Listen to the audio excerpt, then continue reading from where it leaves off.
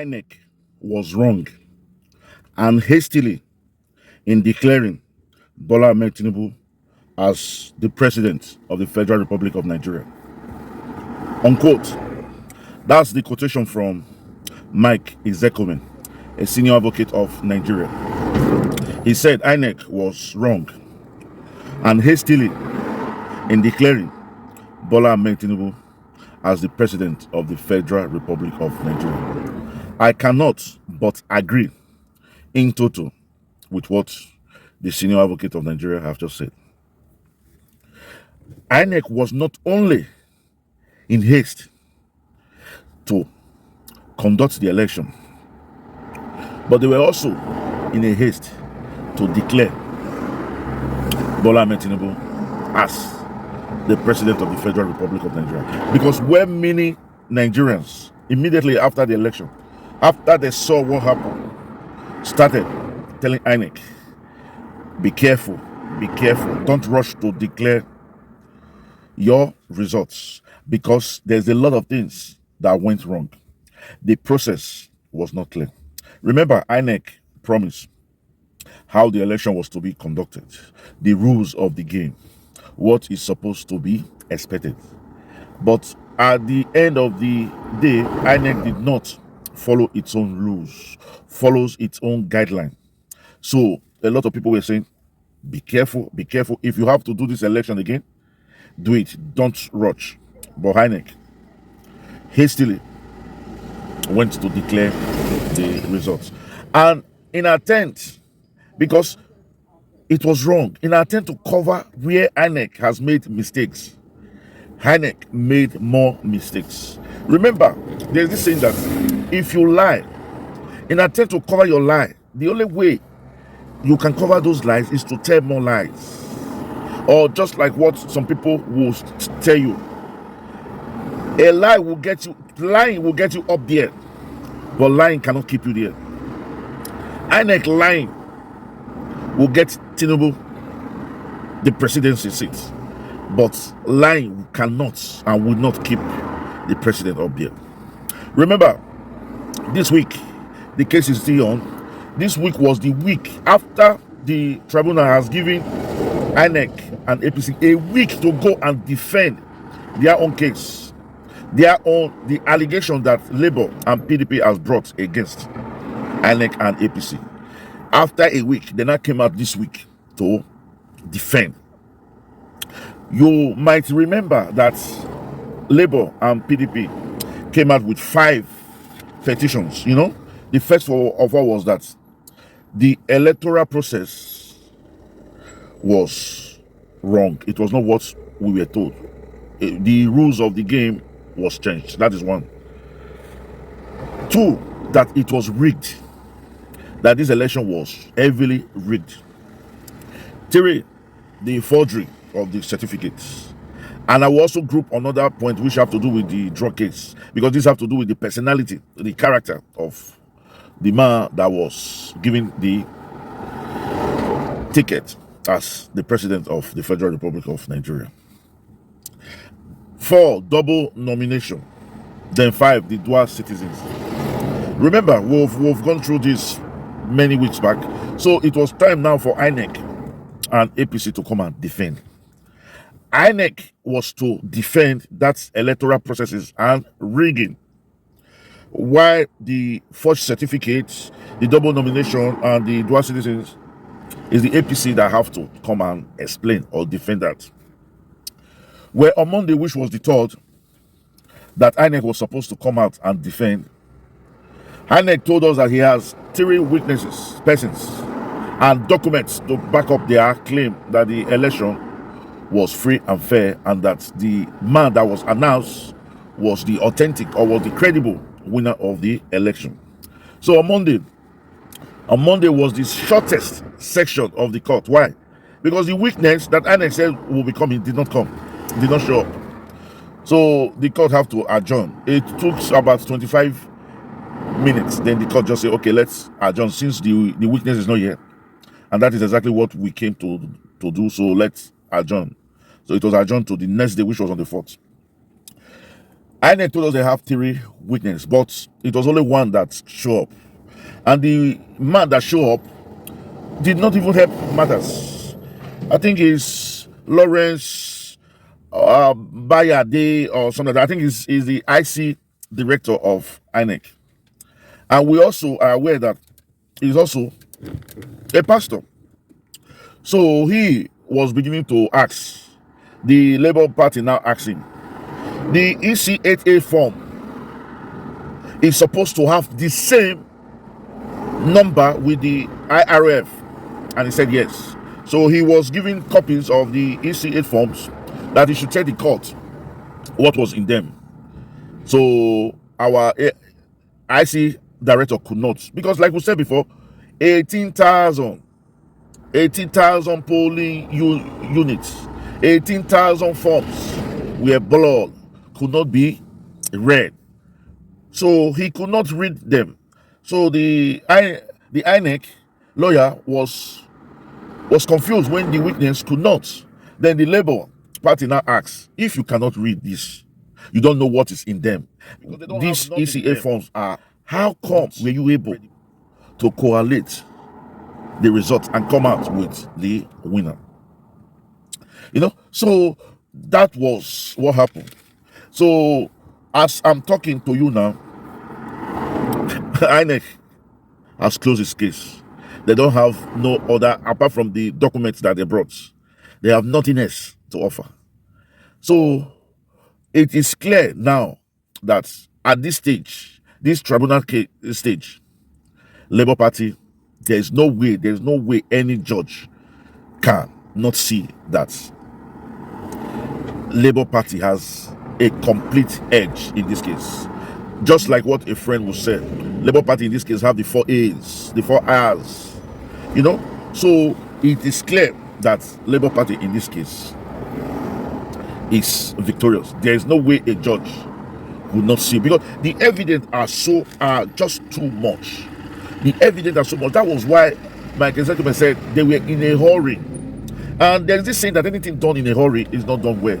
Because they were in a hurry, Professor Mamu was in a hurry. He made so many mistakes. He not only made so many mistakes, he left so many evidence behind. So many. He left evidence in Plateau State, Jos. He left evidence in Benue. He left evidence in Rivers. He left evidence in Kaduna. He left a lot of evidence behind. So that as far as the world have seen what is happening, we are sure that in this tribunal stage, Peter Obi will come out victorious. There is no doubt about it. And to even make matters worse, last week, the EU reports on the election came out. And just like what everybody is aware of, the election was not free and fair.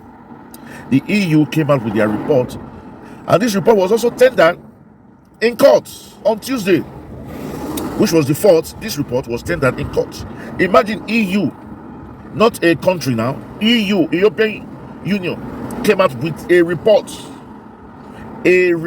that the election was not free and fair. So let's forget about the possibility of Bola Ahmed Tinubu or INEC winning this case at the tribunal. Let's forget about it. This case is already won by Labour Party.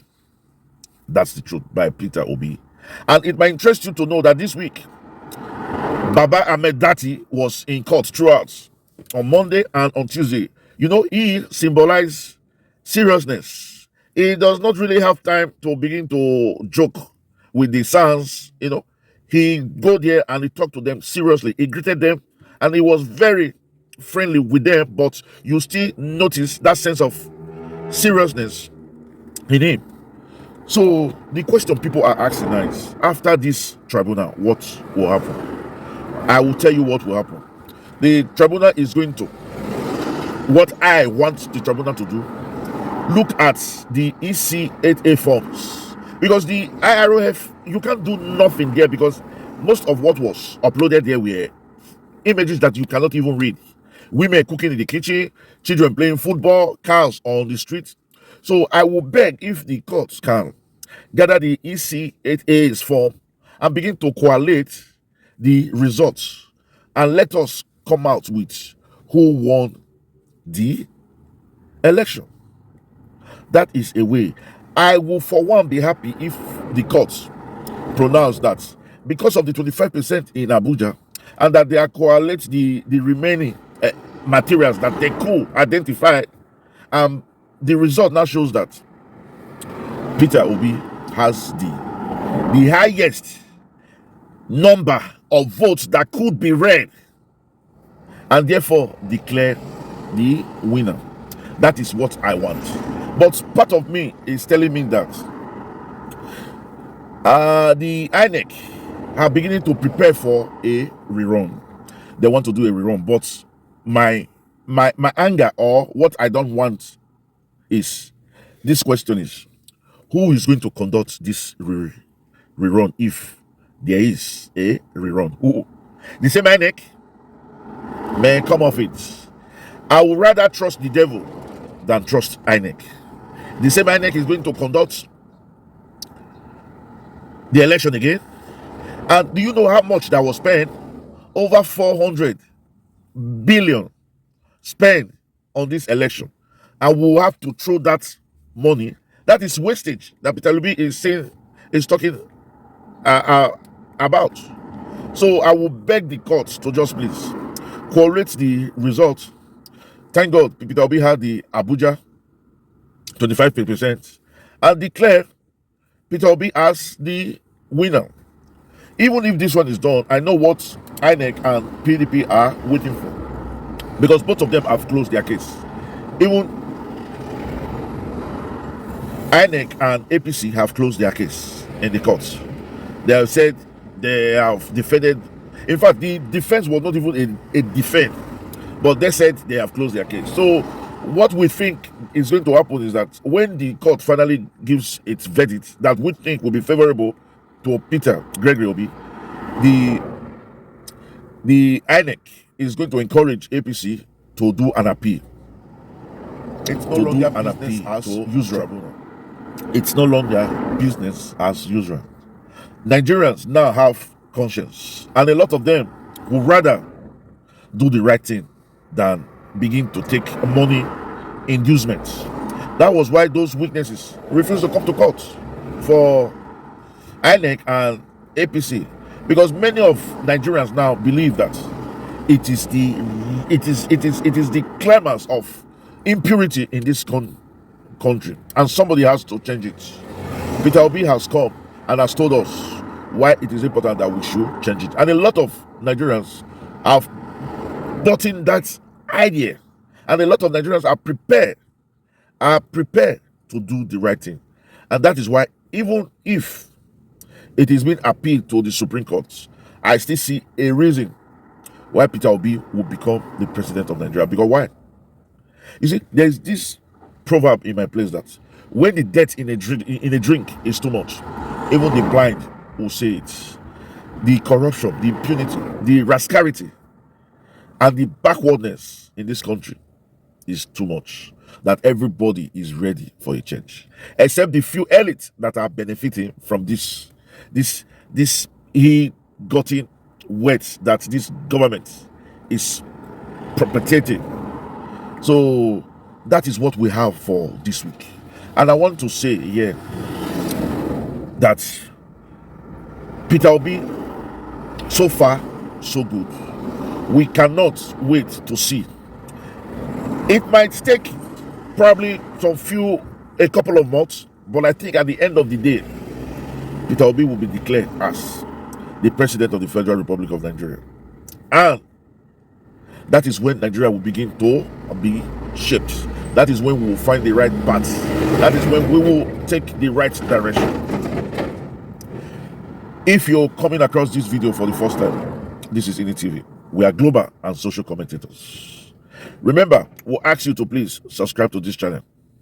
Subscribe to this channel. That's the way we can spread this good message. This good message of good governance. This good message of Peter Gregory Obi. This good message of Peter Dati. Amen. And this good message of the obedient movement. Remember, here we told you we are Obi centric. All we do here is for Peter Obi government, because we believe that Peter Obi has a thing going on for Nigeria, want to put us in the right track. And for our returning subscribers, we'll say thank you, thank you, thank you. Remember, we love you, but God love you most.